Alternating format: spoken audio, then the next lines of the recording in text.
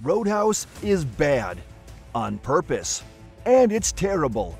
Directed by Doug Liman and starring Jake Gyllenaal, Elwood Dalton is thrust back onto the big screen to take control of a bar on the Florida Keys. Simple formula, as shown in the 1989 original starring Patrick Swayze, except without the charm and endearment. And it's all intentional. Why am I saying Roadhouse is a bad movie? I will explain everything about it, and I will give you some insights about the original movie. But now, before we jump into it, please subscribe to our channel for more interesting videos like this one. You have dental? Oh, haha. Is there a hospital nearby? Is it like too far? About like 25 minutes, I'd say. I just slapped you. Are you all right? What?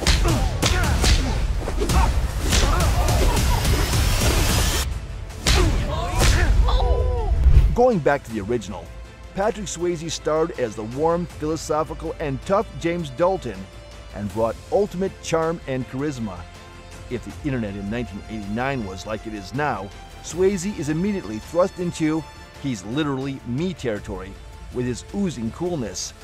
Jake Gyllenaal does the opposite of all that. He is absolutely phoning it in as a smirky, cocky freak who you are forced to endure for 2 hours. Every written trait his character has goes against what Swayze brought to the table in 1989. Ultimately, Gyllenhaal's portrayal of a former UFC fighter with no plan but to scam illegal fight clubs is grossly modern and extremely 2024. Just based on his name alone, you're expected to enjoy this cartoonish and terrible performance.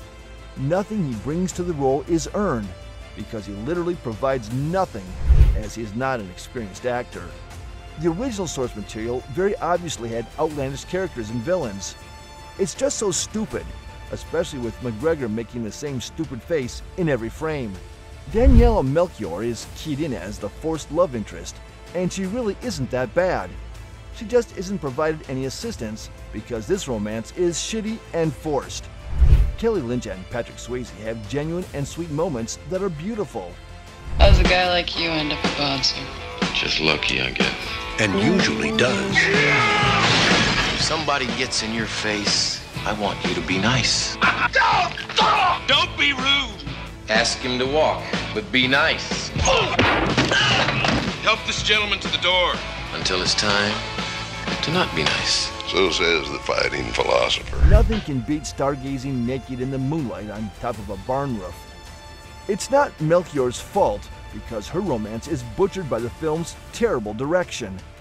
The character, Wade Garrett, being written out is also incredibly foolish. Having a friend or mentor for Gyllenhaal could have absolutely helped fill in his shallow characterization. Just seriously bad work from everyone here. Well, at least the fights are good, right?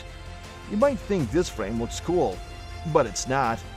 It is very possible that these are the worst directed, filmed, choreographed, and edited fight scenes ever.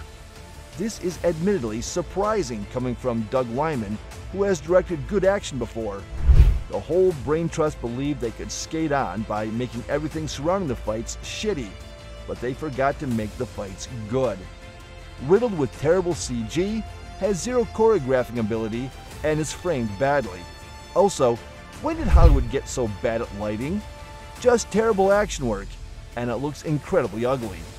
As far as this movie goes, in a technical aspect, it's all bad. It's hilarious that Liman and Gyllenhaal fought so hard for a theatrical release. Typically, you want people to see a film on the big screen if it looks great, but this does not. Absolutely insane that the original movie was released in 1989 and has such elegantly filmed action sequences that utilize a great-looking blend of martial arts and kung fu, all bathed in bar lights and fantastic editing. If you decide to watch Roadhouse and even end up enjoying it, good on you.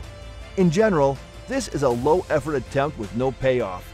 At least watch the original as well, just to try and understand why I'm saying all this. The remake completely goes against the 1989 film's traits that they literally had on a silver platter. I hope you found the review insightful. If you enjoyed the video, don't forget to subscribe for more interesting reviews like this one.